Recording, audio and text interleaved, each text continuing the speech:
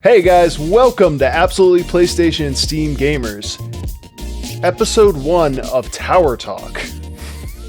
Is it though? There definitely isn't another episode of Tower Talk that we aren't releasing for you. Not going to happen. There have I'm not Shank. been three episodes, one of which exists on a different channel and two are gone to the void. Anyways, I'm Shank. You guys know me. And we have had Coda on before, the King Coda. Follow him on Twitch. And today we're going to be recording our first episode of Tower Talk. We're going to start talking about Season of the Splicer. What we think so far, all the drama that's come out of Eververse, what we think of the seasonal activity, what we think of the new raid, the old raid Vault of Glass that returned, and just kind of touch on a couple different topics. So let's start off with what you think overall of the season so far. So, thus far, I'm liking it more, I think, than Season of the Chosen. It feels like a little bit more of a refined Season of the Chosen to me. Like, they took a lot of the elements that were in Season of the Chosen with how loot progression and the storytelling was done. They're just expanding more upon that, which makes a lot of sense with how popular the last season was. And it's also nice to see that they had 2 seasons go back to back where they've kind of been hitting their stride, at least with the storytelling. And even Season of the Hunt was very well done, so that's debatable, but I mean, I like the story in Season of the Hunt. Oh. I didn't like the way the story was told nearly as much, or the seasonal event. But I think this is actually a first. They've had 2 seasons in a row, at least the first since, I was going to say year 2, but no, people didn't really like Season of the Drifter, did they? So I think this is the first time they've kind of got an overall positive reaction from the community on 2 back-to-back seasons like this. Mm-hmm. And I think it's well-deserved so far. I really enjoyed Season of the Chosen. Last time we talked about this, it was me and Benny. We did a Season of the Chosen impressions video. And I said I wasn't sure whether or not I'd be able to hold my attention the entire season. And for the most part, it did. And I'm really happy to see that they've been able to maintain that momentum and even refine some things. Particularly with how the Umbral engrams work. And just kind of been hitting on all these beats so far. So what do you think of the seasonal activity? The Override missions. I like Override way better than the Battlefronts. It's not as... Yeah, the Battlegrounds. Not as long to get into. And the reward... Like, the reward building from it, it's you do 1 override, you're good, you can get a couple good rewards. It took like 6 battlegrounds in order to refine a tier 3 engram. It sucked. It did. The way I looked at battlegrounds, I felt like they were mini strikes. Mm-hmm. The way I look at override is it's mini gambit. Yeah, it's 100%. Purple Gambit. That's all it is. It is Purple Gambit. Even Invade. Yeah, you invade. It's a strictly PvE version of Gambit, which honestly, I'm kind of digging it. But I agree. I think the thing is that if you have a team that knows what they're doing, or even if you get randomly matched with matchmaking into a team that knows what they're doing, they can go incredibly fast. Mm-hmm. If you got a team that is doing everything the way it's supposed to be run, it can take 6 minutes. I mean, tops. The first day that I ran it, the first one I ran, a little thing popped up is like, complete this in under 12 minutes. I was like, you can take over 12 minutes doing this? The first one I did, actually, I think the first one I did was with you, but it was also with a lot of people who hadn't run it, mm-hmm. and you had run it, and you were kind of telling us what to do. And I know when the season started, it took like 10 minutes at least, 10 or 11 minutes. Nowadays, But I do, people go through it so fast you can't get the data spikes to spawn the loot goblin. yeah. Which I mean, now that we're through leveling up the gauntlet, it's not as big of a deal because you can get 75 Yeah. data. What is it? Decrypted data. Yeah, so I this is one of the changes from Chosen. In Chosen, you did your core activities, strikes, crucible, gambit, in order to get gold that you would then slot a thing onto your hammer to go and do a battleground to get a charge, and that's how you decrypted engrams and whatnot. Now, anything you're doing, as long as you're killing something, you'll get ether to fuel your gauntlet. And that's how you run override missions, but it's also how you decrypt the engrams. So it's kind of like two uses for the one resource. Because that was kind of a problem in Chosen, was that you build up a lot of gold, but you didn't want to go run in Battlegrounds, so you were just wasting resource, basically. But now, if I'm overfilling on my ether, I don't want to run any Battlegrounds, I have all my key cards or whatever, I can go decrypt some engrams. Oh no, it's the decrypted Yes. data, actually, not the ether. Yeah, it's the decrypted data. It's Right. what you earn from using the ether. The ether is solely from your core playlists and Mm-hmm. from killing things. And you can upgrade how fast you can earn it and how much you can earn. And then with that, you go run your override missions, and that gets you your decrypted data. Right. That you can use to either focus your umbral engrams or level up your gauntlet, which we haven't seen the last tier of the gauntlet. I'm really hoping it lets us get more tier 3s, Uh, but I'm do you gonna. know what it is? Well, there's the like corrupted version of it that they talked about in I think it was last week's TWAB.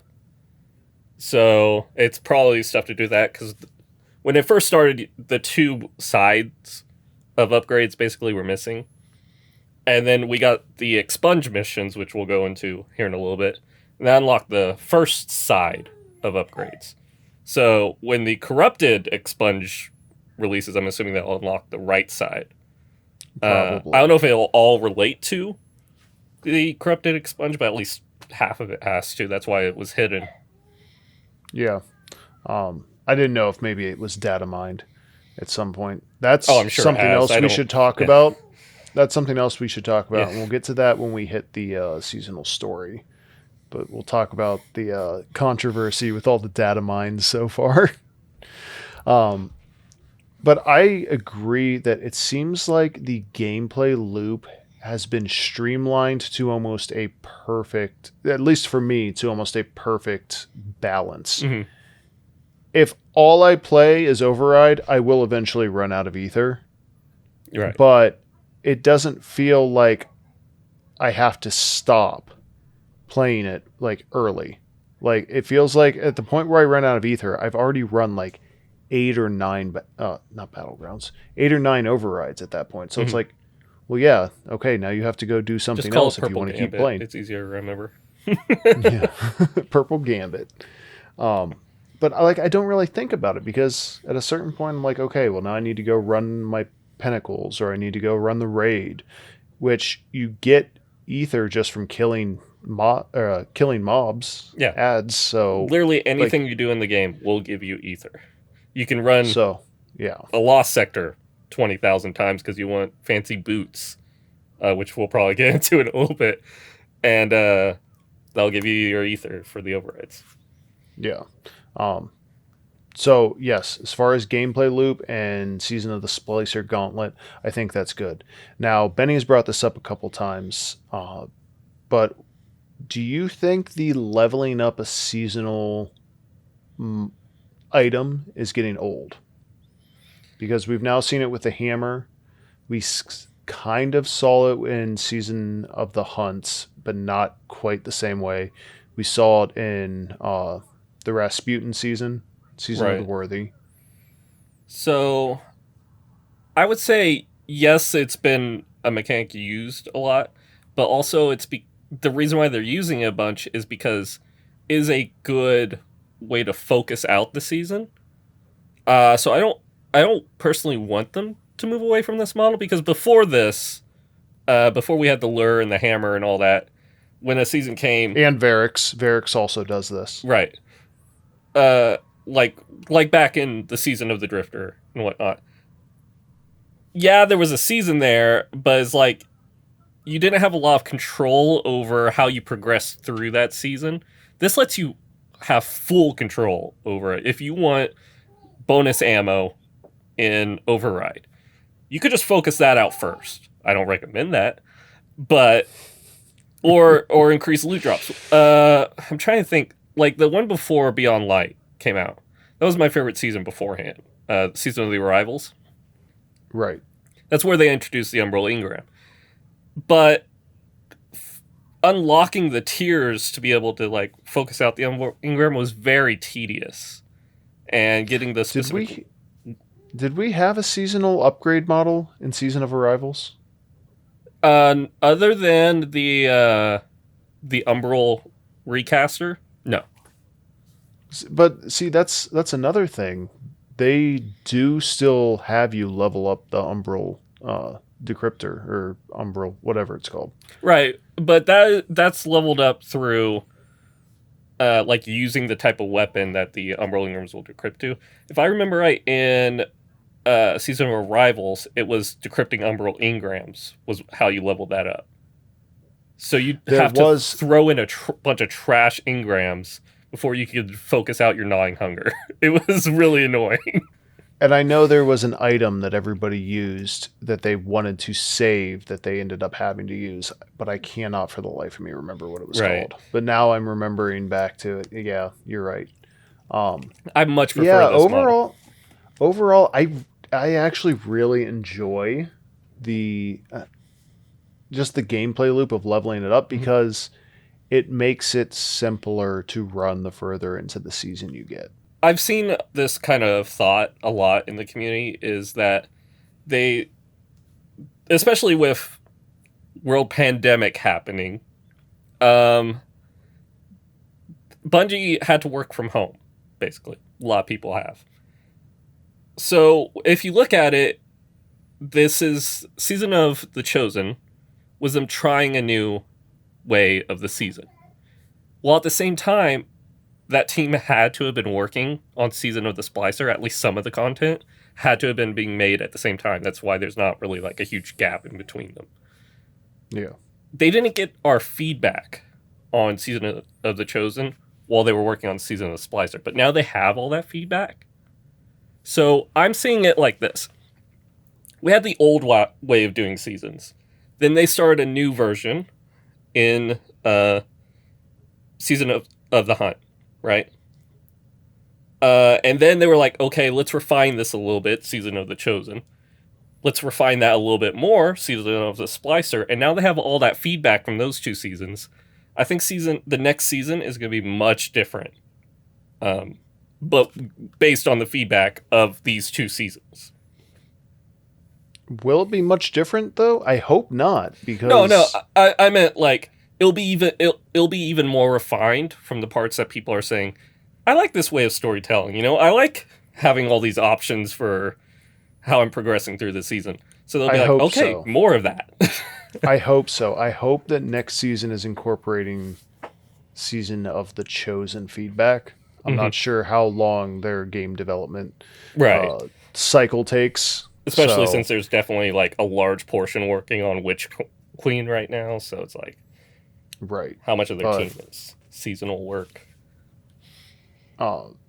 Regardless, so we kind of touched on the gameplay loop so far, but one thing we haven't talked about is the weekly seasonal objectives. That was new last season. What do you think of that so far? I mean, it's still not very many weeks into it. I'm kind of waiting to see more, if there's going to be like more spice to it, as the season goes on. Because right now it's a little bit repetitive, but that's kind of the idea, is it's a weekly thing. Well, again, this is something I've discussed on some of the other podcasts, but I like the weekly challenges because for somebody who's not as tuned in as, say, you or I, the weekly challenges kind of tell you what you need to do. Mm-hmm. Like, if you don't want to worry about reading the TWAB every week like we do, you just log on, you see your weekly challenges, you log in, you do a couple of them. It kind of like sends people in a direction to go play. Like, Right. hey, you need to do the new expunge mission. Yeah. Iron Banner is active this Have you week. done your Why don't 3 we go play some Crucible? Iron Yeah. Banner? So it kind of like shepherds people who may just come in, say they took Season of the Chosen off. They come in and all of a sudden they're just like, okay, what do I do? What do I focus on? There's Right. And no, 6 weeks of this content available, plus all of last season, plus the Season of the Hunt stuff. It's kind of like okay, start here. If you're enjoying this, there's more stuff you can go back and do. our friend Carfting recently started playing again, and definitely that was like a huge factor in helping him get caught up to where he's pretty much like he took like a week to get caught up to Raid Light. Still doesn't have all the weapons that he needs, but Yeah, but I mean, that is something that having a clan is for, because most of the stuff that you need for endgame raiding right. requires you to have completed a raid. It's just a shame for people that have been playing for a while that the weekly path is run 3 strikes that you've ran 82 times. Yes, Inverted Spire is still in the game. It's like, okay. That's my pinnacle, huh? All right. Well, no, I'm not talking about pinnacles. I'm talking about when you go to the quest tab and you look up at the top, you have those weekly objectives too. Oh, you're talking about the seasonal challenges. The seasonal challenges. The weekly seasonal You challenges. said weekly challenges, so I thought we were talking about the powerfuls. You thought we were talking about pinnacles. Yes. Okay, no, the seasonal challenges are fantastic. No, I love those. I was like, They're great. I was confused also, like why late you were. Season catch-up mechanic. Yeah, exactly. If you want to take a couple weeks off, you know what you missed out and what you need to go do in order to catch back up. Like last season, I came into Season of the Chosen towards the tail end. Using those challenges, I completed the battle pass, which we had bonus XP we'll get into. But I also was able to acquire the title by focusing on what was in those challenges. So yeah, I think it is a good addition, not only for players like myself who play way too much, but also I think more so it's a good addition for people who play the game a little bit more casually. Mm-hmm. Who just like kind of want to come and go. They want to go play other games, but then they want to come back and not have missed anything. Right. I feel like that's the kind of thing they've added to the game, which adds quality of life for new and returning players without actively detracting from the experience of people who have been playing a lot. I like those types of quality of life updates. So now that we're on the same page about that, we talked about Override. We talked about the gameplay loop. We have not talked about Expunge. No, so what are your thoughts on Expunge?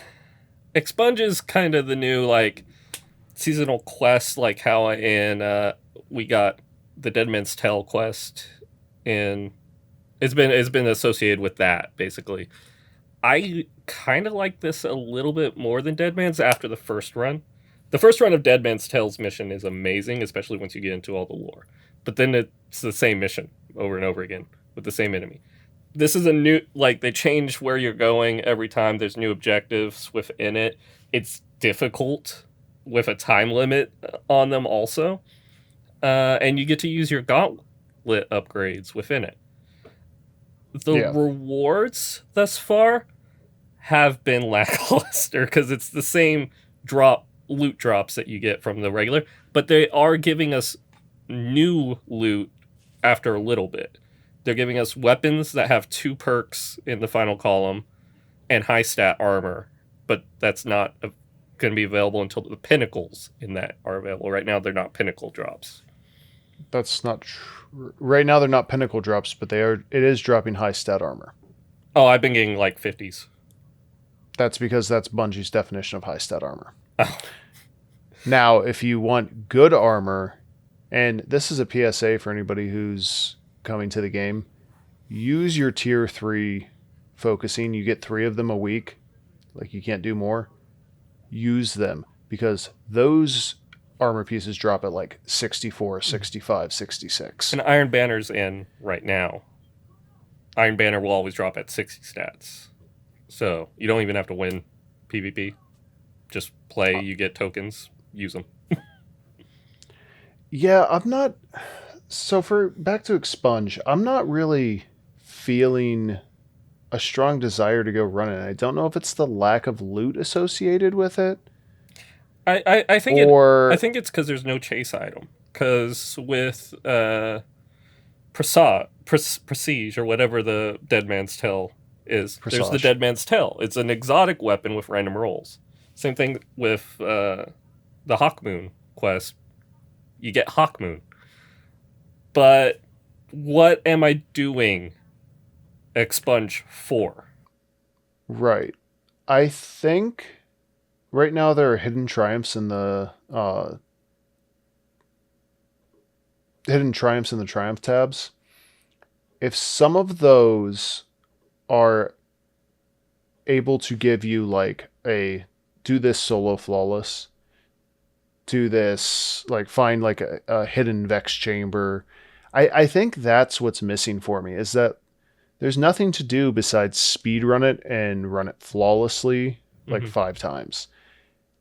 And the loot is pretty lackluster. So while I enjoy the story beat of going into the Vex network, and I enjoy the mission mechanics themselves, I don't like doing it on a timer. Like I much more enjoy just going in and running the mission Mm-hmm. like casually and just like playing at my own pace.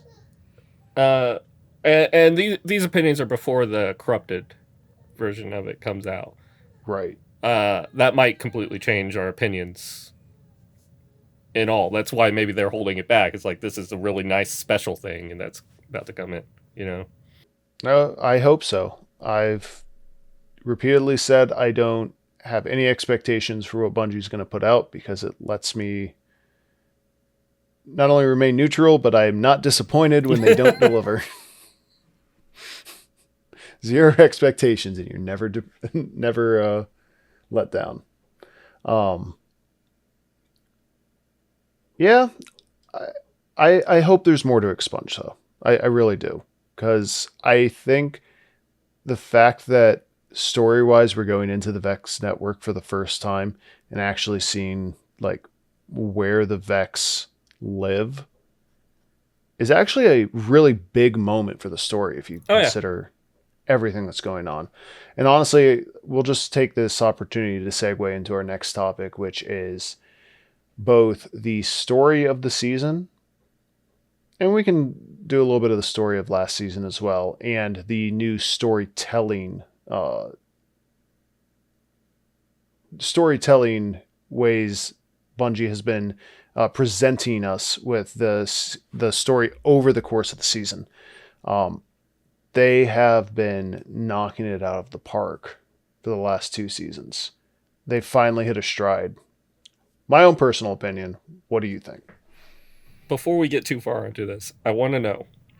So our buddy right now in the story is an Elixni known as Mithrax.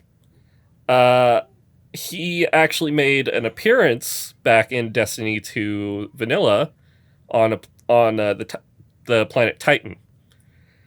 You could run a quest, and where he was like trapping you in a cage, you trapped him in a cage, you made fun of each other. It was a great time. At the end of that quest, he's fighting a Hive Knight, and you can kill the Hive Knight, and he like bows and leaves and gives you a power thing for Titan, or you could kill them both. Which did you do the first time? I honestly don't know. My So guess is I probably killed them both, and then I saw on Reddit that you could go back and play it because it was one of the like a patrol mission or something. Um, yeah, and I saw you could do it on Reddit, and then immediately when I saw you could do that, I went back and obviously I just killed the knight Right. because I liked the implication of the fact that this captain doesn't kill you if you attack him. I honestly don't remember though. Knowing the fact that I'm a Titan, my guess is that I probably threw a grenade and aggroed both of them. So what I did was I charged into the room before Clip Coil and blew them both apart. And then Ghost was like, "Remind me who we like more, the between the Fallen and the Hive." And I was like, "Oh, I'm a monster."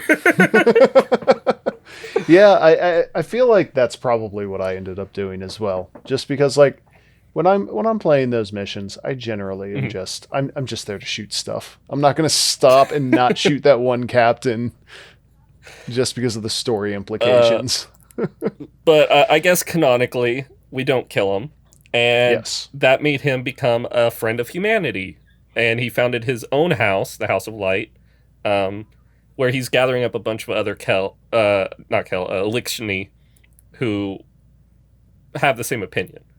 And this has caused a lot of tension, especially now that he's helping us save the Vex, or stop the Vex. And we gave them a room in the city, which is the old area for the Scourge of the Pass raid. Um, Which, by the way, is a great utilization of an old asset. yes. I love the fact that they're bringing him finally into the story because this is somebody that was like in the lore all the time. Maybe he got like a passing mention from Varix, but nobody knew who he was. He's a fascinating character. This is basically the arbiter of 2. This is who Mithrax is. Um, so finally being able to interact with him in the story, I hope they keep bringing in these interesting characters that are in the lore and letting us actually experience them as actual characters in the story. I agree, which they also did for Keitel last season. Keitel Yeah. was just a lore heavy character.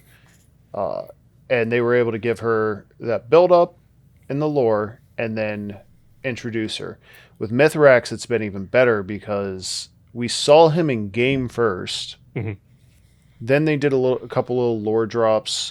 We stole truth from his daughter, which now I feel really bad about. And since I don't use that gun ever, I kind of want to give it back to her, but I they tried won't giving let it me. back. She won't take it.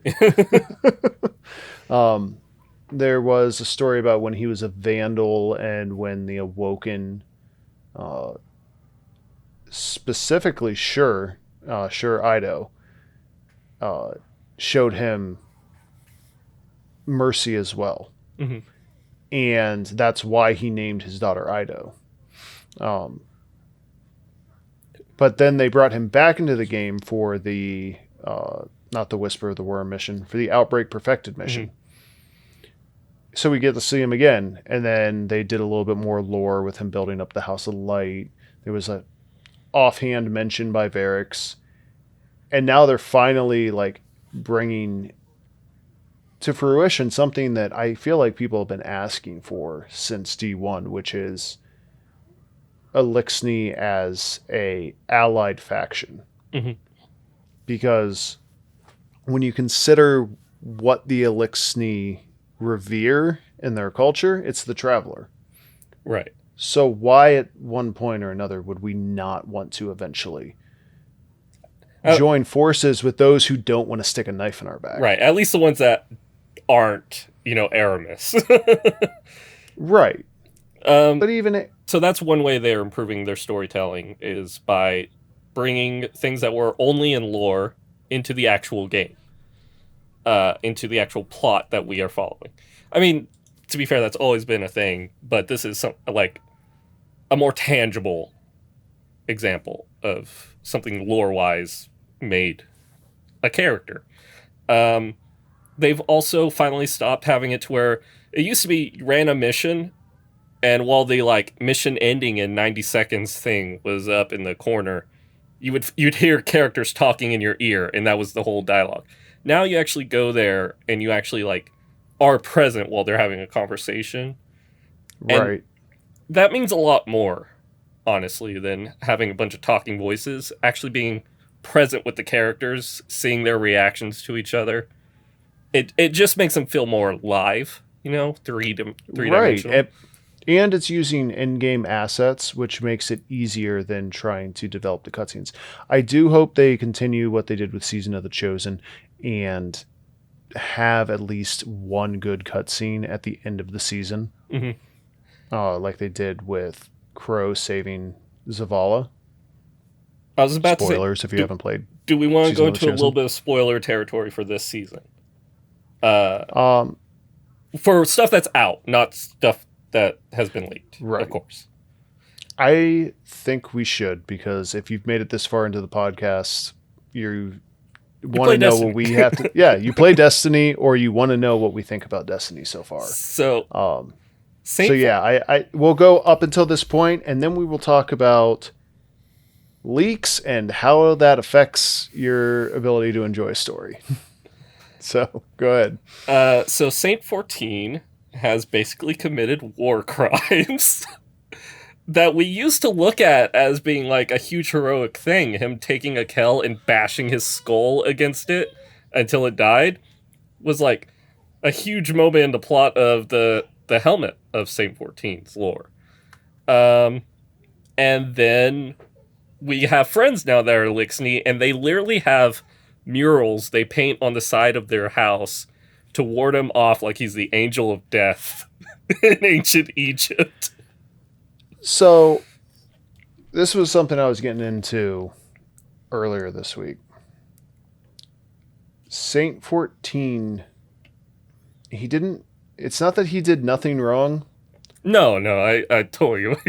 but he was at war with a faction that was actively trying Mhm. to make humanity extinct. So this Saint is 14 Saint 14 and his entire character is that he is a lovable doom guy. mhm, He literally just goes and he finds things that were like either the Fallen or the Vex that were a threat to humanity, and he just goes, pardon my French, but he just goes apeshit on them until they're all dead. right.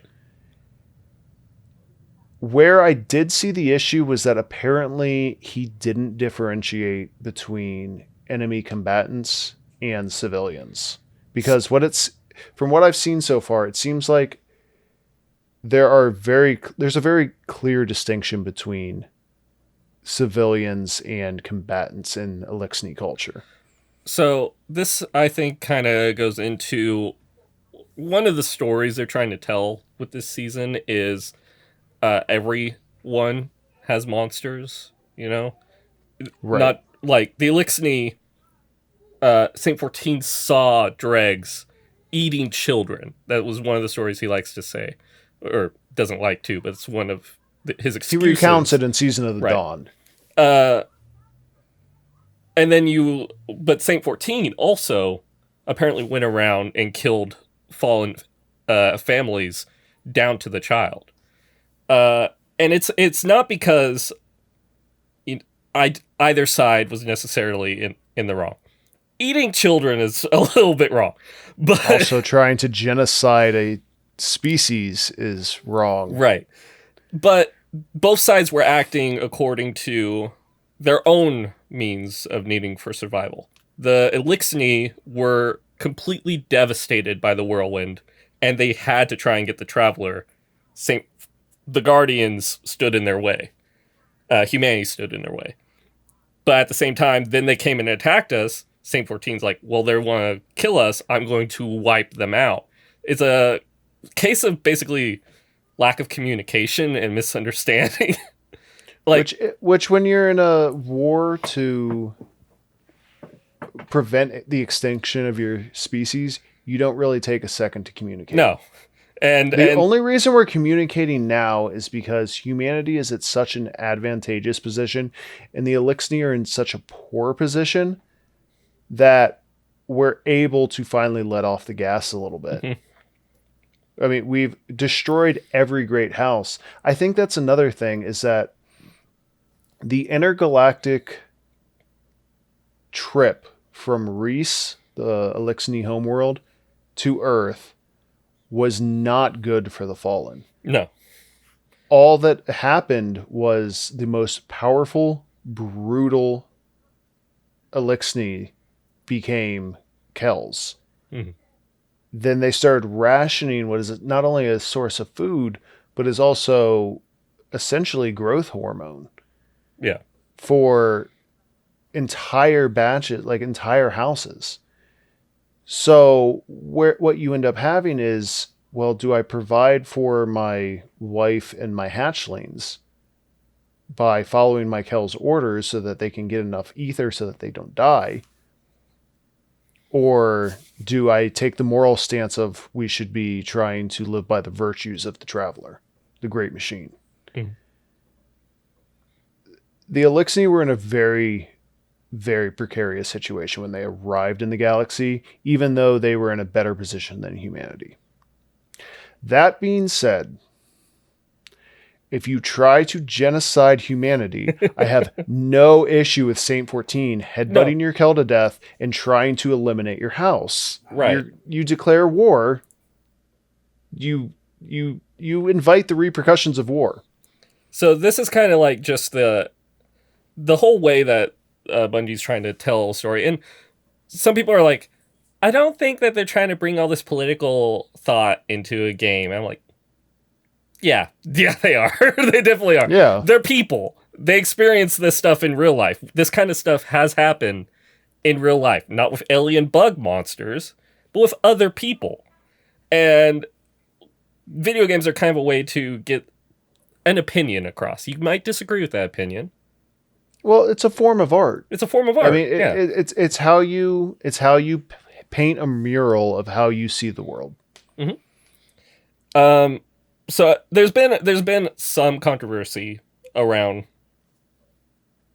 this season's storytelling from some factions, though, especially how some characters like 801 are addressing the people.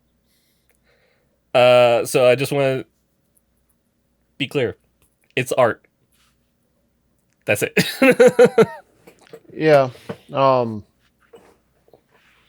I mean, as far as I'm concerned, I think it's telling a great story about how dehumanizing the people you disagree with can have horrible outcomes and lead you to a life full of regret. Yeah. Have you read the Survivor's Epitaph lore? I skimmed it. It's basically a conversation between Saint 14 and Mithrax, right?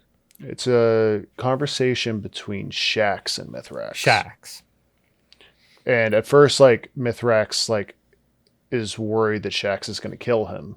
Mm-hmm. And, like, he has his hand on his knife. But eventually, they kind of just, like, give each other the side eye until they're able to look out at the Traveler for a while. And then they start talking. But it starts talking about, like, so were you there at Twilight Gap?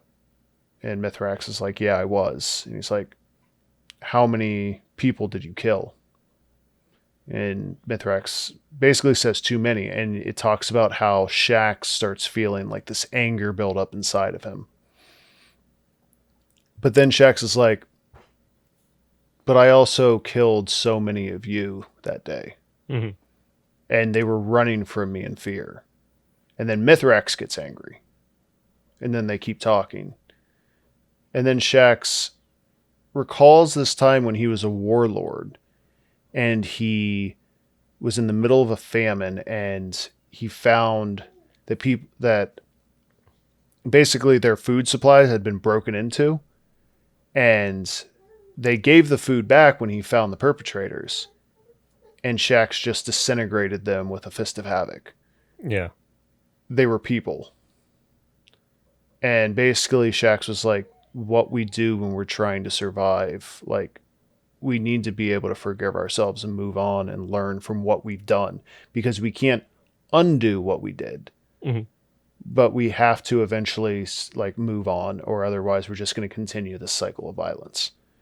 And I don't know, for some reason that particular lore card or that particular lore entry, like, really kind of stuck with me. I don't know. Just two people who've done horrible things in war talking to each other about the horrible things they've done and not asking for forgiveness, but also just acknowledging responsibility for it. Mm-hmm. I enjoyed that. Um, I think this season's storytelling is just phenomenal in how it's any element of it can be something that somebody can relate to, yeah. or not even, maybe not relate to, but you can understand and see like where it's coming from, and that makes again the characters feel 3-dimensional. I hate Ada One's guts right now, but I can see that she's trying to do a power grab while at the same time You're she talking about Lakshmi. Don't talk about my Lakshmi, girl yeah, Ada not like Ada. that. Yeah, sorry. All exos look alike to me. There's only 6 head models. But yeah, Lakshmi, she's clearly making a power grab, but at the same time, I think she is being driven by fear to an extent. And Sora, pretty much everyone at the current point, I mean, the sun's gone. People are scared. So, so now that we've talked about the Elixni portion of the story, let's transition over to the Vex portion of the story and the future War Cult version of the story. So currently, Lakshmi is It's trying to dark. use well, Lakshmi is using Vex technology to see possible futures. Mhm. It's a thing they call simply the The item, the device. The device. Yeah, device. it's been around in Destiny lore for a long time, but it saw major things after the Red War was like major points where it was brought up because she actually predicted the Red War, and that's how many people were able to survive. And now it's being used again. Well, Future War Cult has always used it. Right. They've never used it as a means to consolidate political power, at least to this extent. From what I've understood, because I was a Future War Cult member, and honestly, New Monarchy. I still am a Future War Cult member, not my cult leader. like, New Monarchy like, all the way. That orange, you can't die out of their yeah, armor. Lakshmi is a don't terrible inventor. listen. Don't you ever talk to me about me following a fascist if you're a New Monarchy fan. I like red and gold. And I like that purple. I'm sorry, purple and white. Like, I just dig that color scheme. So, yeah, Lakshmi. So this actually also ties into something that happened in Season of the Chosen. There was a scion whose name I forget, but something the far-reaching.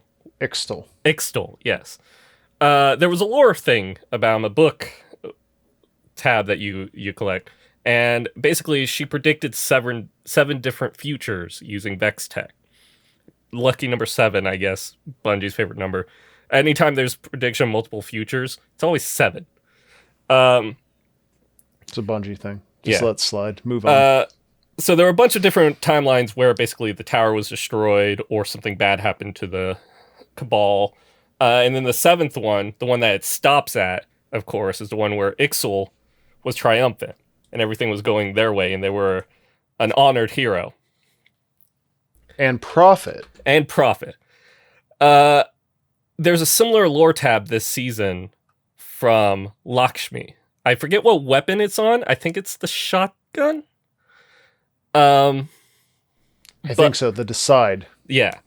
But it's Lakshmi's 7 different futures, and it stops on the 7th one, where everything's going Lakshmi's way. She's Supreme Commander of, or Supreme Right. Counselor. It's like, oh. Right. Where she's the one leading the Vanguard and also labeled as a prophet. Right. And it's like all And these the futures issue are very is- vague. So it's like, one of them shows like Mithrax like saying in front of a portal, it says betrayed or something, but who betrayed who? Who did what? We don't know. But that's a bad one because Lakshmi's not in power there. Well, right. And that's the thing. She ignores 1 through 6. Mm-hmm. But there is one consistent thing in most of those futures. Did you notice it? Portal, right? A portal opens. Yep. That ain't good. Nope, that's Vex stuff. That's really not good. Because if anybody knows the Clovis Bray and Banshee and Lament lore, they know what happens when a Vex portal opens in a highly populated area. It isn't good. No. I'm really not a fan of what they did to Lakshmi, but not so much even Lakshmi, what they did to Future War Cult, and I know they're probably doing it as a way to write off the different factions. Like I'm Mm-hmm. pretty sure Dead Orbit's probably, and by the way, none of this is leaks. This is all my Yep. speculation. My guess is Dead Orbit's gonna f off at the end of the season, and that Future War Cult is going to get shut down in a bad way. And I'm Hideo, the new monarchy person's already thrown in with Lakshmi at this point. So I think this is how they're kind of writing them out of the story. Right. Or they're going to be successful and we're going to be the ones on the run. I don't think so.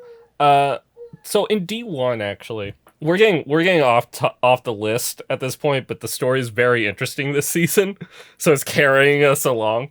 So in D1, there was I think it was a lore for Osiris who was able to see the future through Vex technology again, and he saw a future timeline where it was like far off in the outer reaches of space, and a bunch of ships from the Future War Cult, Dead Orbit, and the New Monarchy showed up.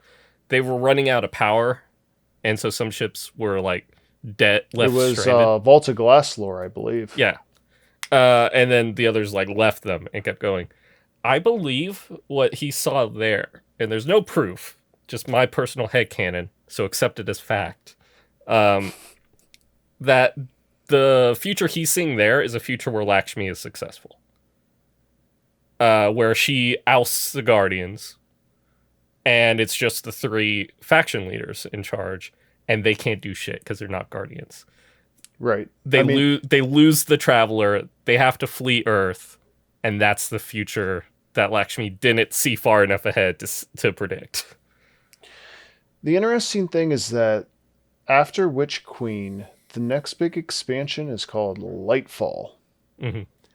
To me, that implies we're going to lose badly. So, Lightfall is also the last expansion of Destiny 2. Yes. I don't think we're going to lose for the last one because there's no way to win after that. I think But it's not the end Lightfall. of the story. Well, it's also not the end of the story. I'm saying in the run up to Lightfall, I get the feeling we're going to be losing Oh, yeah, badly. definitely. I think that Lightfall starts with the Traveler dying. Again, just a prediction. I think that Lightfall is the death of the Traveler and us finding a way to create our own power. I think that's also a reason why they changed because in D1 you didn't have power, you had light. And then they changed it in D2 to power, and since then we've been able to also use darkness. I'm going to assume, because Bungie does actually think things out, one of their ideas is we become our own version of a paracausal being, where we don't have to Right. rely on the light or the dark. We are ourselves. Or more how we tap into the darkness. We don't need the pyramid for that power. Right. We tap into our inner darkness. We don't use a shard of darkness to use stasis. Which is why we fight the pyramids while still using darkness. Right. I feel like we're going to take those lessons from the darkness and figure out how to tap into the light without the need for a ghost. Mm-hmm. Which means we are ghost dies. way off topic, so I'm going to reel us back in. Okay.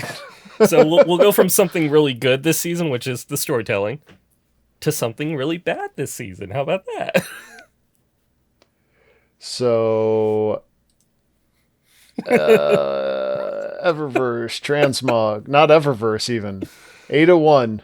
What did they do Yeah, to it's my 801. baby Well, 801? it's also an Eververse. Eververse It's has to get her also an fingers in somebody Eververse, but else's like work. Tess is like the least offensive thing about this. Like the fact that they sell the ornaments is the least offensive thing I think about their implementation of this. I get another piece of headcanon that you can take as fact. One day in the tower, 801's working on her like loom to make the weaves. Tess looks over her shoulder, scribbles it down on a notepad, and goes and mass produces it. Hey, nobody said Tess was stupid or Fenchurch. They're just greedy. Very greedy. So, transmog is something that the community has been asking for since Destiny 1. Well, I mean, who wouldn't ask yeah. for a basic transmog system? It's in every game. It's where you take something that looks like that and you make it look like do, you know? With the stats staying the same. Right. It's in every game. Um, they finally brought it in after saying a couple seasons ago that it'll be out next season, and it was about the next season.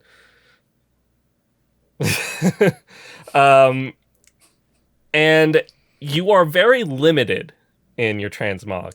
For the first season that is out, we are able to transmag 10 items per character. 20. Every season beyond this will be 10. I thought, oh yeah, you're right.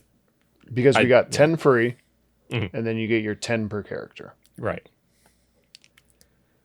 Okay, so before we get into this, I will say one nice thing about the transmog system. The UI system, whoever developed the UI system for how the transmog actually works, did a fantastic job with being able to apply the shaders to everything, being able to apply shaders to individual pieces, being able to preview everything. That system, when you go down and click on the new tab, is great. Mm-hmm.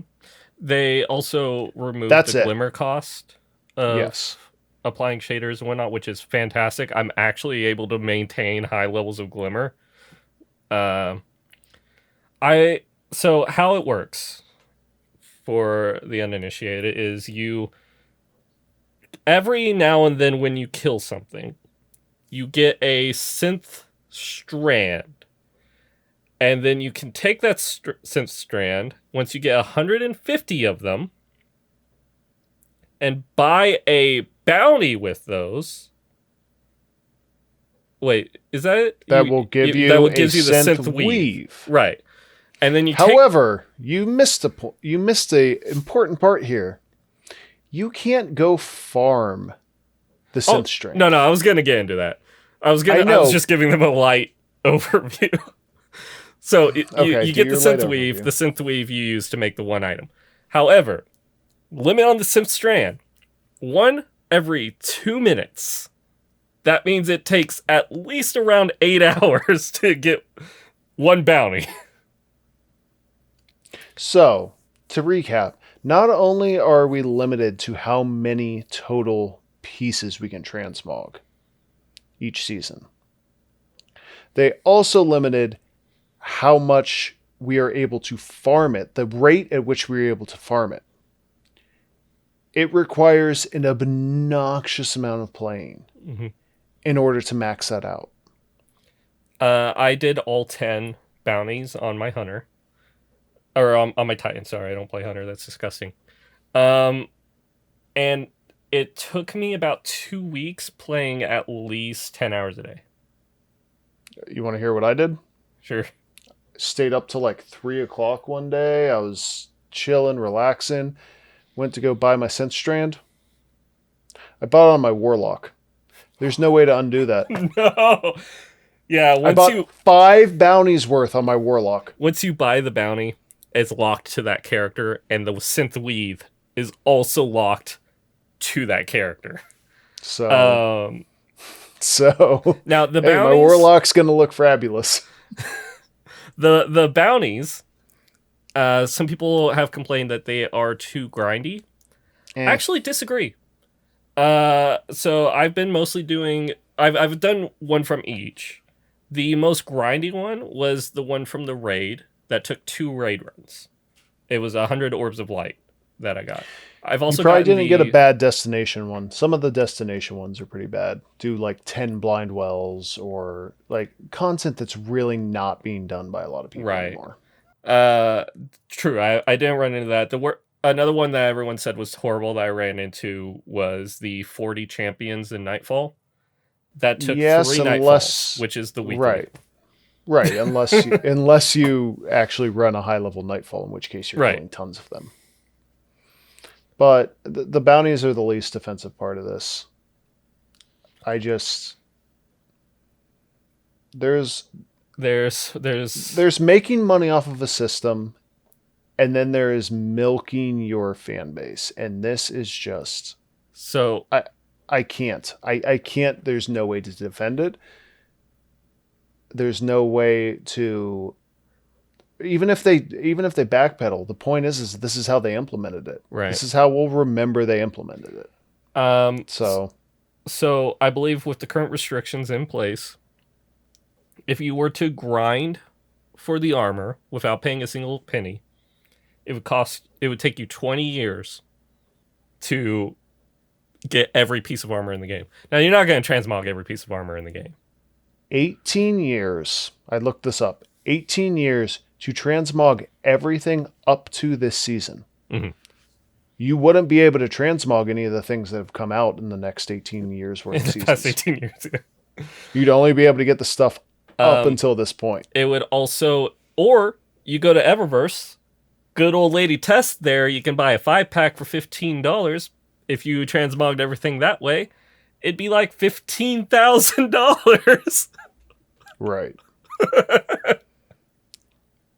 It is clearly not something that they want people to be able to grind and finish and complete. At the same time, I'm going to play devil's advocate. I hate the system. I'm going to play devil's advocate. Don't yell at me in the comments. Yell at Shane. I disagree. Yell at him in the comments, and then other people yell at other people in the comments. Just yell Just at each start other. fighting at each other. We'll declare the winner Be next. civil. We'll Be declare civil, the winner but- next one. So I went through all 3 characters with the initial 10, and I got pretty much every piece I ever wanted. Now I'm just getting bonus pieces to occasionally swap in. But I'm using like the same 2 arms, the same 2 chest pieces. Is like I've noticed that if you're very selective, only buying stuff that you know you're going to use. I mean, that's the thing. Like, if I really want something, I buy it because I know I will have enough to buy the things I really like. Mm-hmm. But don't go like hog wild because you will run out quickly. Yeah. If you are a collector, transmog is not a system to be collecting it. But Yes, if you're a player, you probably can get what you want out of it. It's just gonna take you a while. Yeah. Yeah, I think that's all we got to say on the transmog fiasco. It's bad. Everybody agrees it's bad. Bungie needs to do something about it. Like, they're not going to. They need to. I'm of the opinion that I love Bungie. I don't want to think badly of them. I think they did it just to get the whales to buy transmog stuff right now. And then next season, they're going to remove the restrictions or at least like make it more comfortable, like 40 a season or something like that. And be like, you guys, we heard your feedback. We're on listening. your side. Yeah, we're listening. We did something wrong, but we're listening. Like I said, it's too late at this point. Yeah. Well, this is going to be kind of off topic from our outline, but while we're talking about fiascos, let's talk about the season pass fiasco that Benny continuously brings up, even though I don't really think it's a fiasco. So from Beyond Light, right? You get bonus XP in your season pass. When we went into Season of the Hunt, that bonus XP stayed. So Yes. we got basically double the amount of bonus XP than what we should by the end of the battle pass. So we were going through the battle pass faster. This season, they fixed this supposed bug, which I'm actually willing to perfectly believe it was a bug. Because I finished this season's battle pass in about the same time I did Beyond Lights. Right. Yeah. This season felt normal. Yeah. Last season felt fast, and I talked with people who were like, man, I'm just burning through the season pass right now. This, to be fair, that's also because you have the seasonal challenges, which give a ton of XP. But consider that 4x XP was also doubled, so it was actually 8x XP last season. Like I said, I finished the season pass. I had no problems getting through it. It's not the same as whenever they nerfed XP before. Bungie has definitely nerfed XP before. They did that during Curse of Curse Osiris. of Osiris. They halved the XP we were getting because we were getting too much. They throttled it down, and then we found out by looking in the API, and we're like, hey, the hell is this? This time, Bungie's like, hey, you guys were getting too much. We fixed it. You're normal now, and everyone's like, you're nerfing me. No, they balanced it. Right. Like, no, you had too much last season and we let it slide. Like, Yeah. If you play this game, like I went up 2 season pass levels yesterday when we just did the raid. Just yeah, play the game, you will play go the up in game. levels. You will be fine if you play Yeah. the game. You'll get it. And if you don't get it, then no offense, but you don't deserve to be at level 100 of the season pass. Also, yeah, I didn't finish the season pass on Fortnite last season. You want to know why? Because I stopped logging into Fortnite after about 4 weeks. I got to about 60 and I stopped playing, and then I didn't finish it. I'm not mad that I didn't finish it. I don't feel like my XP was throttled because I didn't finish it. No, I just, if you do what is available in the game, there is more than enough XP to get you to level 100. right. The season pass is goals to keep you playing. If you're not playing, you're not going to meet those goals. That's just simply how season passes work. It's free content for you. It's free stuff for you to keep you playing. Right. And you don't need to be like, some people are complaining because they won't be able to be like season pass level 200. Like last season, I ran into a person whose season pass level was 385. What's the point of that? Couple more bright engrams and being able to flex on your clanmates. Right. That's the only thing I can think of. Couple more bright engrams that are just going to reward you that one ghost shell that you got 5 times. That doesn't happen to me as often as I hear people complain about it. I get new stuff out of those all the time. I have gotten the same couple ships and sparrows so many times. I mean, granted, it's all crap, but I'm getting new crap. I'm just looking at it like, hey, free glimmer. Yeah. To me, it's an added system on top of everything else you're doing that doesn't really affect my happiness one way or another with the game. I'm just like, oh, cool. I got another bright engram. I'll pop it. Small gift of bright dust. A ship I'm not going to use.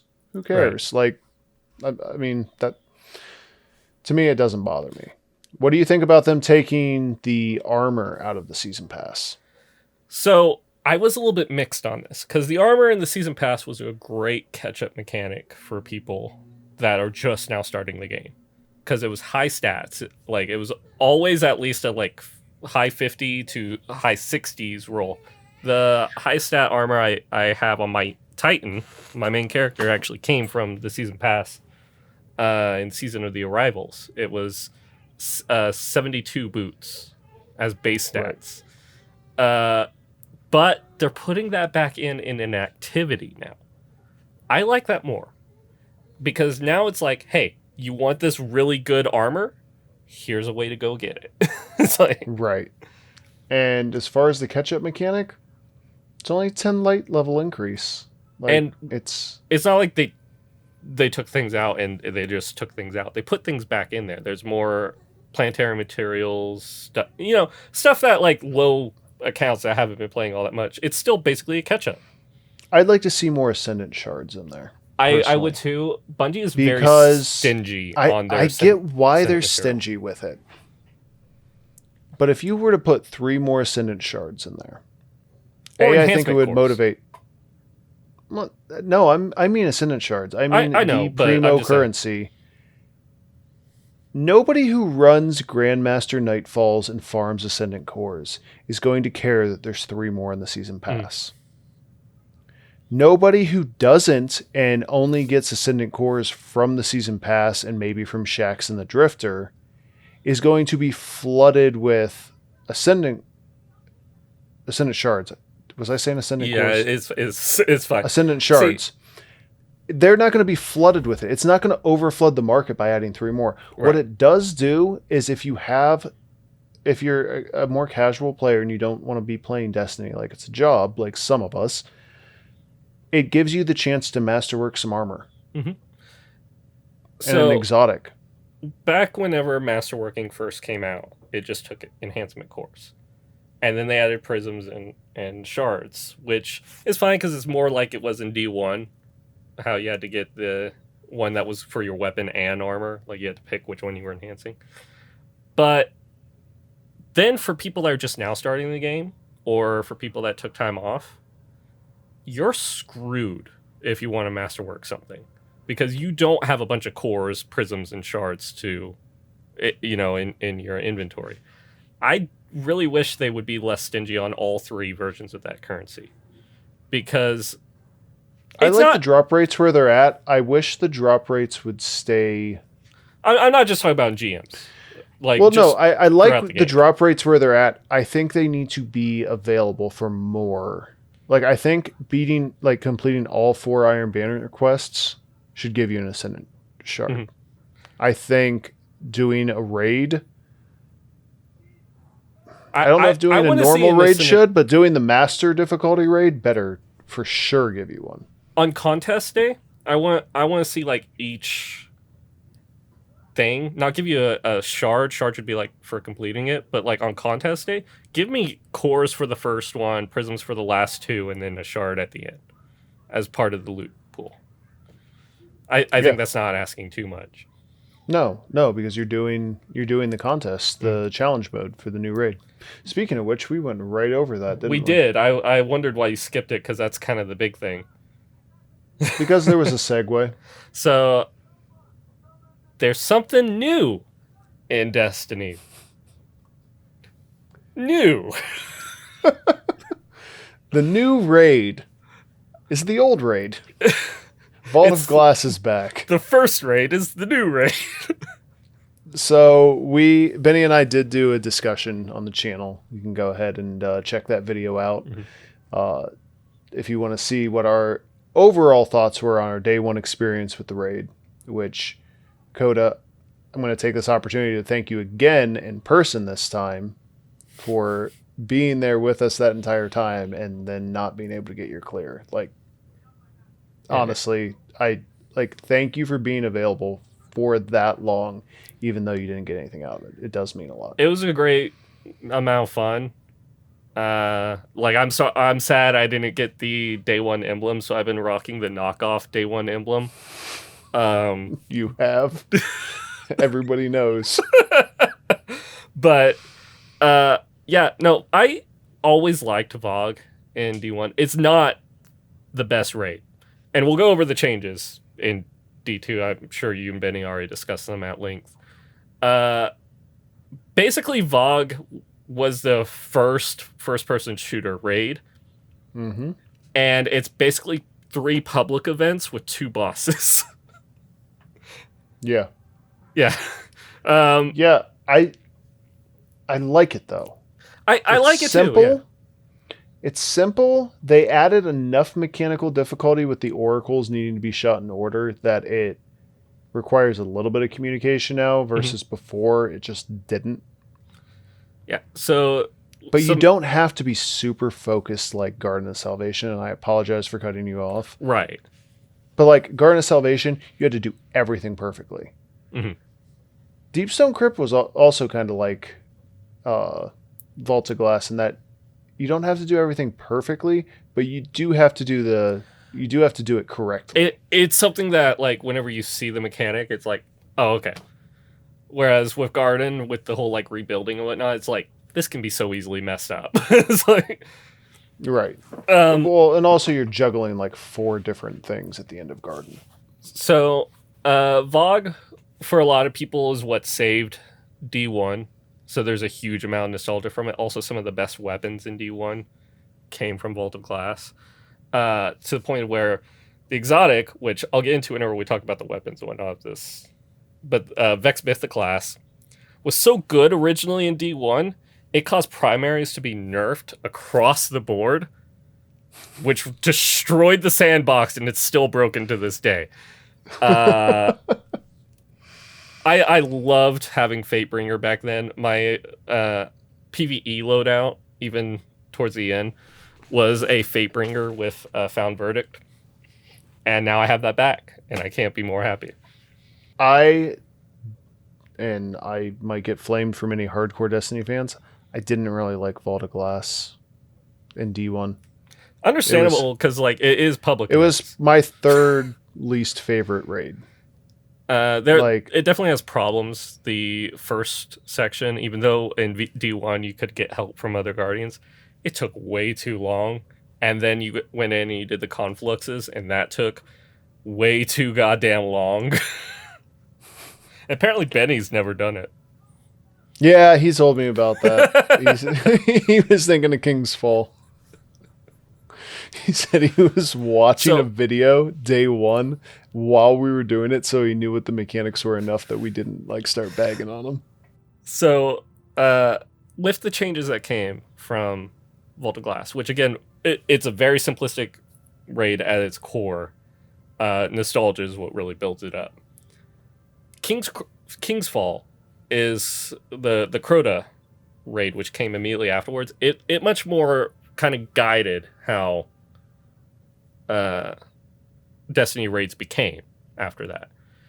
What kind of changes do you think they'll bring into that if that comes into D2 next year? King's Fall, I feel like the only changes they can make is that if you stand on a plate, you can't stand on the same plate or it'll kill you. Well, yeah. I feel like that's the only way you could really change that raid up. Like, that raid is very much defined by its mechanics. So, it's been a long time since I ran King's Fall. But if I remember right, there are like several different hive beings in that were also had some mechanics behind. The Court of Oryx, sorry, is what I'm thinking of. But I think they could add elements of the Court of Oryx into King's Fall. They could, because like there was like the but ogre then it wouldn't be... that had to be exploded on by Curse Thrall in order to damage him. I'm just seeing like them adding those as new like mid bosses or something. But then is it still King's Fall? As long as you have a like 8 encounter raid, which I'm not against. Don't get me wrung. I would think love you an 8 encounter raid because King's Fall's not that long of a raid, honestly. When you know how to do it, it doesn't take all that long to run through. It was actually one of the fastest world's firsts. Maybe, but I don't think that has to do with the length of the raid. Right. It's actually I think just one saying of the longer raids. I think it has room for you to cut down on like some of the segments, like extending the bridge. You could cut that down. You are talking about Crota's End. I am. I get mixed up. It's Oryx and Crota. They hive. Crota's End needs to be turned into a dungeon, and then it'll be perfect. True, actually. Turn Crota's End into a dungeon when you remaster the year you remaster, which should this is my hope. Witch Queen comes out, we have our raid that we may or may not fight a hive worm god or Savathun or who knows, Evu Arath, because Savathun wants to be our best friend now. Everyone's singing her song. It's very catchy.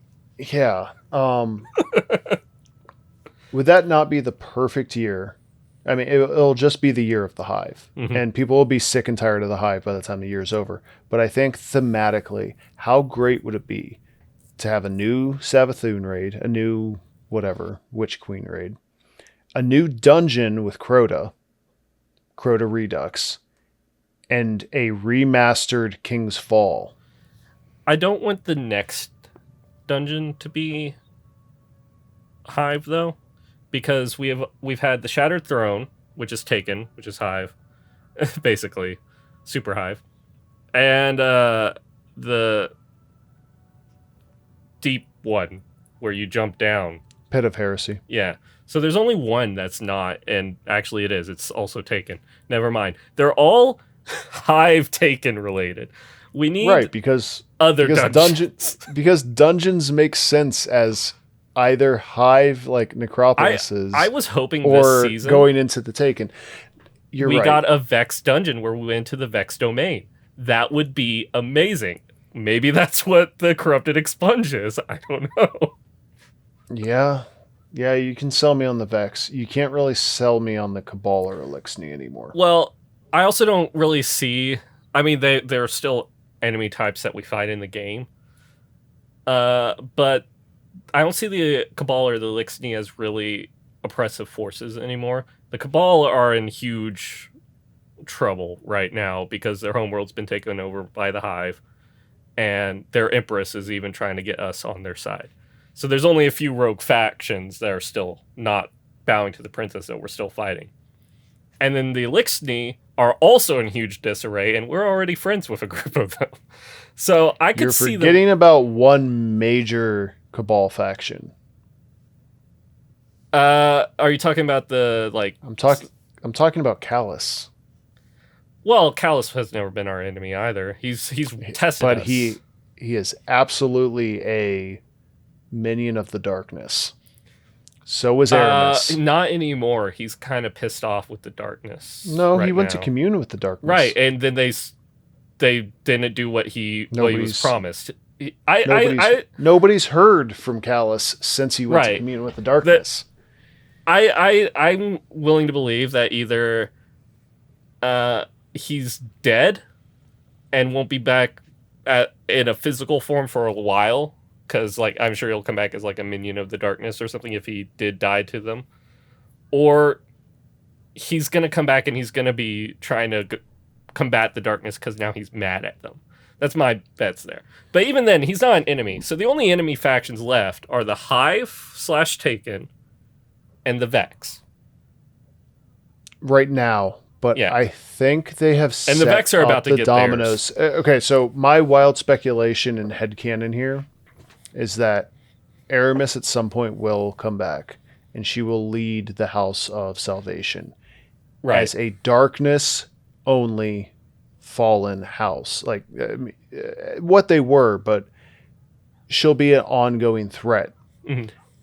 In the same way that Callus is going to come back with some new power that he's gotten from the darkness, and he's going to be trying to get loyalist Cabal. You think we're going to have like the light races versus the dark races? I could even see us finding a submind of the Vex. There is a friendly Vex. Have you seen the friendly Vex on Europa? I've done his missions 3 times now.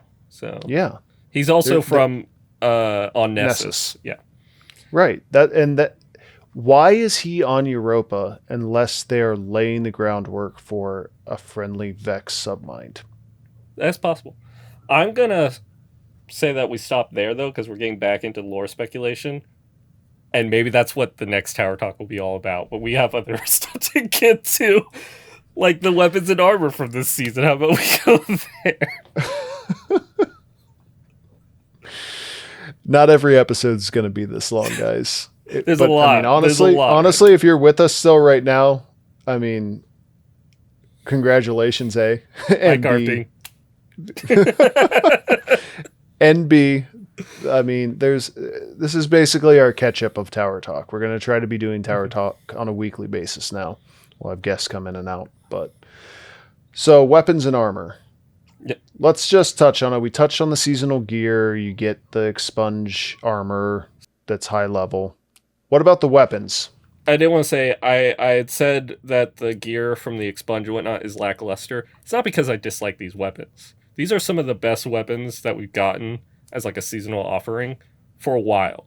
Mostly because they're all actually new. The shotgun, the precision frame shotgun, I love that thing. It feels like I'm hitting shots I shouldn't be.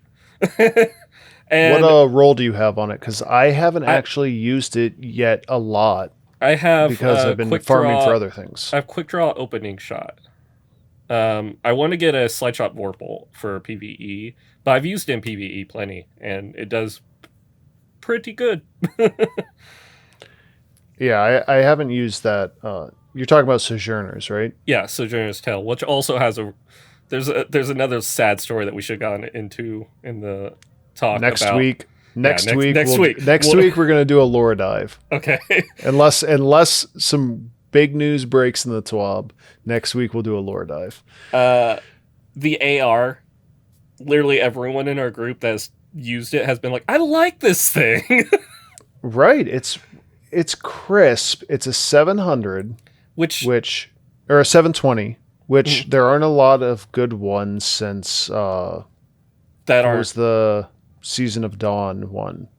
Steel Feather repeated yeah. was the last one I really liked. This is the only non-sunset one, also. Is it? Yeah. But it's a laser beam, and it's got like good perk rolls too. You cannot get a bad perk on this. You just Adrenaline can't. Junkie. Adrenaline Junkie also I don't mind. I haven't played around with it enough. In PvE, I don't mind it. In PvP, I never use that. But you can get grenade kills so easily, especially if you pair it with something that has Demolitionist. You can trigger Adrenaline Junkie a lot in at least low tier stuff like strikes. I'm not gonna lie, I haven't really messed around with Adrenaline Junkie. I've messed around with Heating Up, and I've messed around with what's the other one? Focused targeting, target something. Tunnel Vision. Tunnel Vision. Tunnel Vision. Yep. So that's what I have on mine. Is I have Heating Up Rampage, which both trigger together. So Heating Up will increase your weapon stability and I think your accuracy. While you're also building up damage with Rampage, it pairs so beautifully together. And then Tunnel Vision basically goes with Kill Clip, where you reload and it makes it to where what is it? Your reload speed gets quicker and stuff like that. I don't know. They both have different but very strong increases to the stats of the weapon for either a reload or just getting kills. So I found out that it rolls with Subsistence. I don't have one yet. Right now I have a Feeding Frenzy Rampage one, which I love. There's something about Feeding Frenzy on auto rifles where you can just keep moving from one kill to another, just reloading and killing and reloading and killing.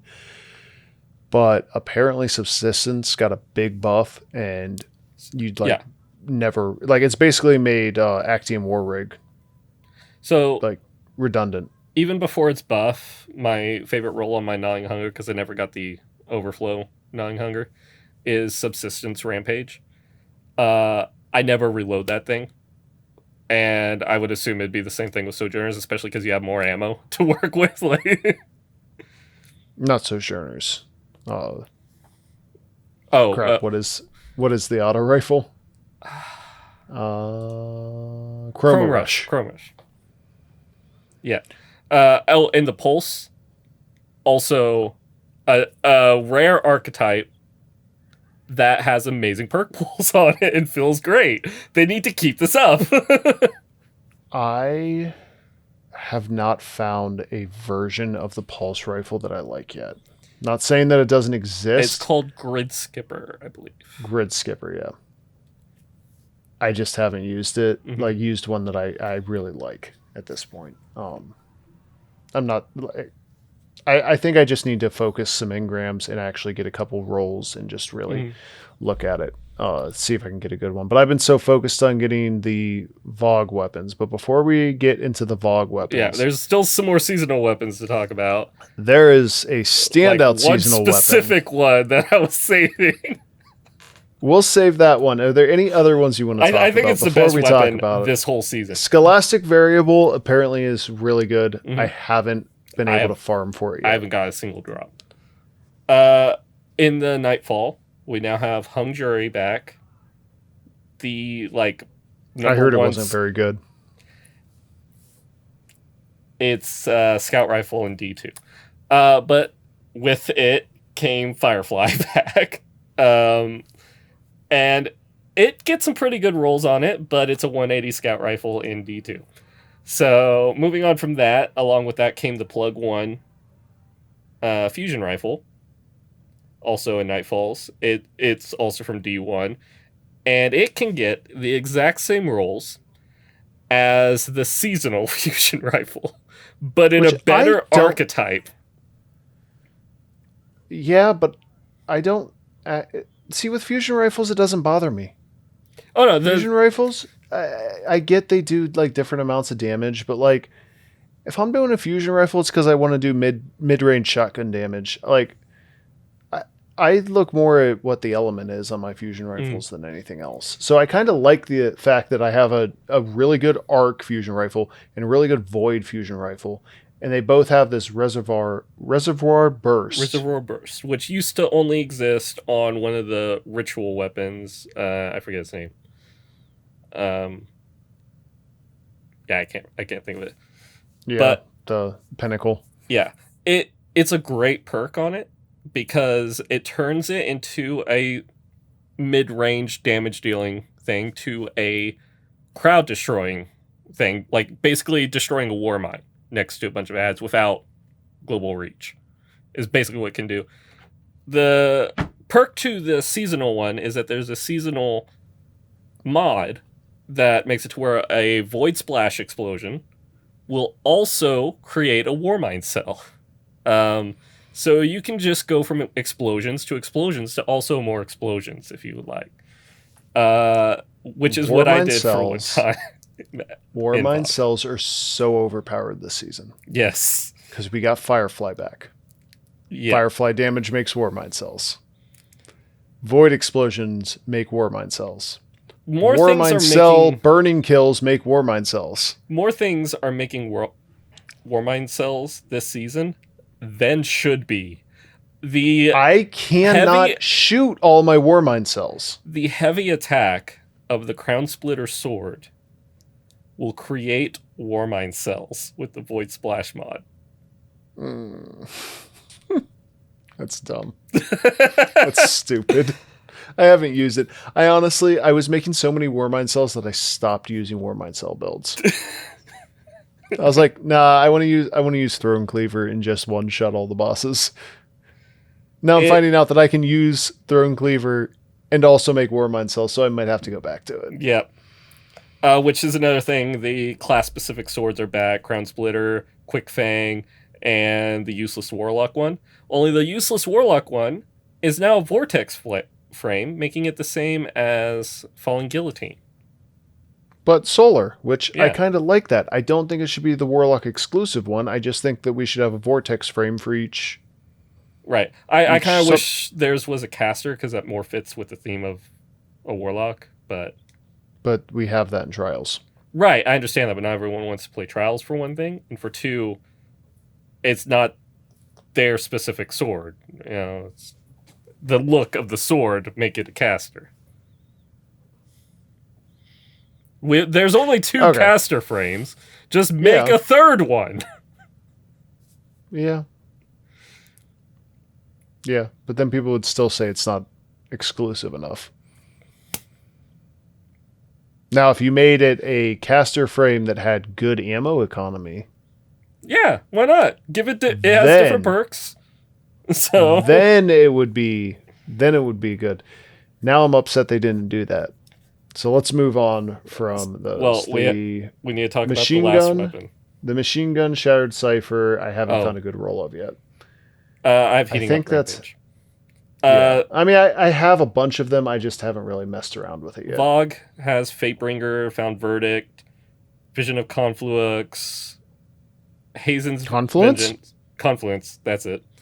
Hazen's Vengeance, Praetor's Revenge, and whatever the machine gun is called.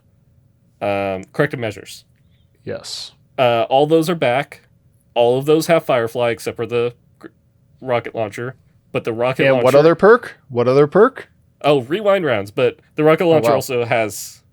Rewind Round? Way to not hit the rocket launcher joke. has Overflow, which makes it one of the most high DPS burst rocket launchers in the game. Every single weapon in that raid, except for maybe the shotgun, and even the shotgun I've heard Shotgun's is good, amazing in PvP. have a fantastic perk set. Mm-hmm. I love all the Vogue weapons, and for some reason, I've been able to get God Vogue rolls faster than I got Deepstone Crypt God rolls. I think it's because the perk pool is smaller.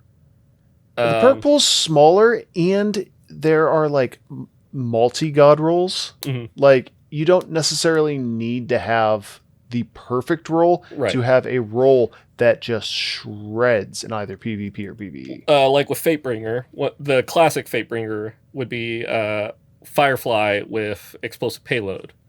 But my personal god roll that I got is Frenzy with explosive payload. That's going to be amazing in GMs. But you could also get rewind rounds with kill clip or something. There's so many like strong perks in every category of every weapon. It's insane. Yeah, I mean the sniper apparently because it's the right type of frame, it out DPSs with high impact reserves like every other sniper in the game.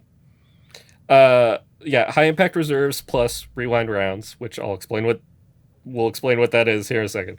It will easily out DPS the previous best legendary, which was a succession with reconstruction. When this weapon's magazine is empty, it refills from reserves based on the number of hits. Number of hits, not precision hits, just hitting them. Precision hits give you more. That on a sniper rifle makes it ridiculous. So there is a caveat, right? You can hit, say you have 7 rounds in your magazine. You hit 6 of those and you miss that last shot, you get nothing back. I'm okay with that. That happened to me today with Atheon. He moved. Why weren't you using null composure? I wanted to try the sniper. It does good damage. Fair enough. Yeah, no. Iron Banner weapons. Reese, yeah, those were the bugged. Reese Reborn is, or no, Reese Walker. Reese Walker. Yeah, it is a shotgun made with the help of the Vex. I believe Archon's Thunder is the same thing. The not the Vex, the Elixni. Elixni. Yes, they helped us make these weapons to fight the Vex. Yes. The Reese Walker has the highest range stat of any other shotgun, definitely any other lightweight frame shotgun. It can get a 95 stat range. Hey guys, we nerfed Fellwinners. Oh yeah, you can get quick draw on it too. here's a new gun to break PvP. So it's less consistent than if you run Astral, which was previously the best kinetic shotgun. But it's a lightweight frame, which is fun because you get a plus 20 mobility bonus, I believe. It makes you a zoomy boy. And it's a lot of fun to run around a corner slide and kill someone. I'm just so not good at PvP, I can't. Like, I'm excited for you guys to have a new toy, except for you're going to start complaining about it in 2 months. But for the next 2 months, enjoy it. I've also gotten a role that I like for PvE. It's Vorpal with, I believe mine has Slideways, which isn't the best, but it's something. But it does pretty good in PvE because it is a lightweight frame. It has a very fast rate of fire. You can get a pended mag on it, which will make it a 90 rate of fire. It's not bad. I like Found Verdict better, but I also like it for PvE better. It's punchy. Yeah. Also, the Archon's Thunder is garbage. It has no. I haven't messed around. Yeah, I haven't messed around with it at all. It has like I have a couple sitting in my vault. One good roll set, period, on it. So you have to get a perfect god roll for it to be decent. And the raid one is just 10 times better. It's all around a better weapon. Yeah. So I mean, it's a slow rate of fire. You're not going to use it for boss damage because it's a machine gun. It's okay. So let's shoot at the blind elephant in the room. So ignition code. They made an oopsie this season. they made Mountaintop but better. It has spike grenades. It has blinding grenades. It has slide shot. It has ambitious assassin. It has thresh. It has demolitionist. It doesn't matter what role you get. If you have blinding grenades or spike grenades, you're fine. Like, and personally, I use the blinding grenades all the time. It's just so much fun. So, slide shot is this is the first time a grenade launcher has spawned with it. You can, in one slide, get 2 reloads into your grenade launcher if you time it right. That's You can fire, slide, fire, fire. yeah. I need to get a slide shot with blinding and spike. Yeah, that I'm I still like searching for ambitious it. assassin personally because it's so good at taking out large waves of ads and blinding the rest of them. You reload and you have two in like you have two in the mag anyways. And I Mhm. have reload masterwork. Right. So it doesn't take long for me to reload it.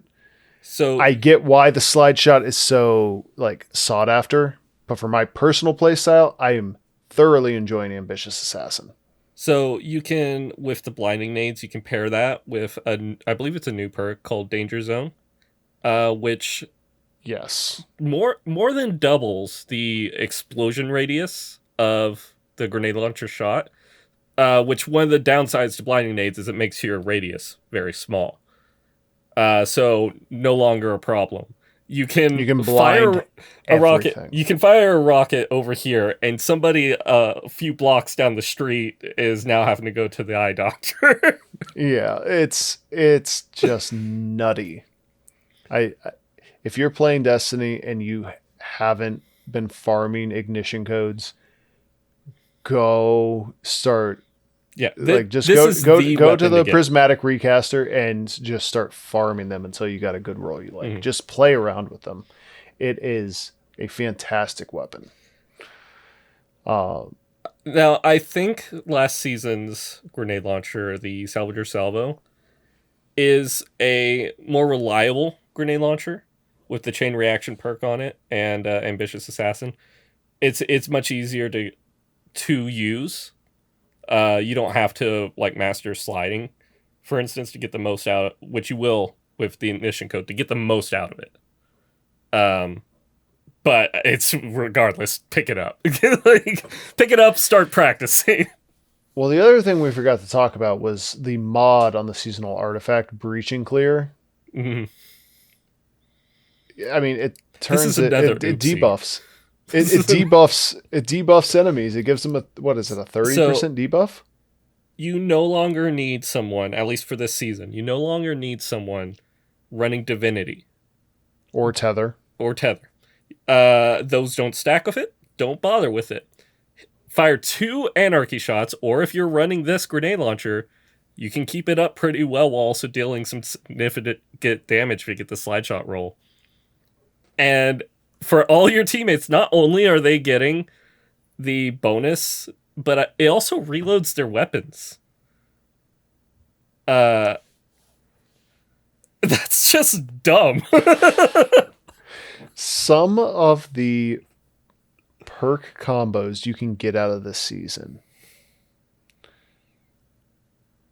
At first, I was disappointed because I didn't have my Overload Tikus anymore from Season of the Chosen, and it made me Mhm. really sad. But then I saw how broken some of these perk combinations are on these weapons. The fact that you can debuff somebody by putting Anarchy, which is already a top tier DPS choice. Mhm. It's just like the build crafting is so much fun. Like, which overpowered weapon do I use? Anarchy with Breach and Clear? Throne Cleaver with Energy Converter? Like, Also, your Anarchy this season is also your unstoppable weapon this season. yeah, that's the other thing. That blinding grenade that stopped all the ads from shooting at me. It also stopped the unstoppable that's charging at me. And gave him a debuff from the Breach and Clear. It's so beautiful. It synergizes so well. I'm actually looking forward to running. I mean, I always look forward to running Grandmasters, but I'm looking forward to running Grandmasters this time around a little bit differently. Yeah. I think I'm going to be able to be a bit more aggressive this time around, which in Grandmasters normally you're not able to do. Right. For those of you watching, Shank also just learned how blinding grenades worked. Like Shut the up. other day. They didn't need to know that. He also didn't learned need how to know grenade that. launchers you could time the explosion. They didn't need It's to know that opened up either. his eyes to the world. Our clan leader Corix was always going on about how he wanted blinding nades in Grandmasters, and he was talking about how great they are. And I was just like, okay, you go ahead and run that, buddy. I did not realize how much fun it was because I was doing it wrong. Okay, But, hey, so you live and you learn. one other weapon. The only new exhaust. Well, there's the pistol, but I don't want to talk about the pistol. It's trash. Yeah. Well, so is Vex Mythoclast.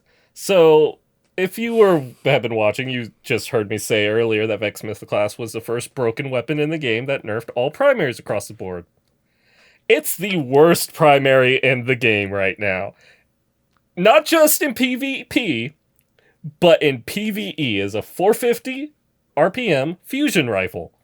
That doesn't sound right. It fires like a machine gun until you get a certain number of kills, and then you can swap it to be a linear fusion rifle shot. Its damage is subpar on both fronts. Yeah. What I've heard from those who have it, because of course, as is tradition, I don't have the right exotic. Screw you, Coda.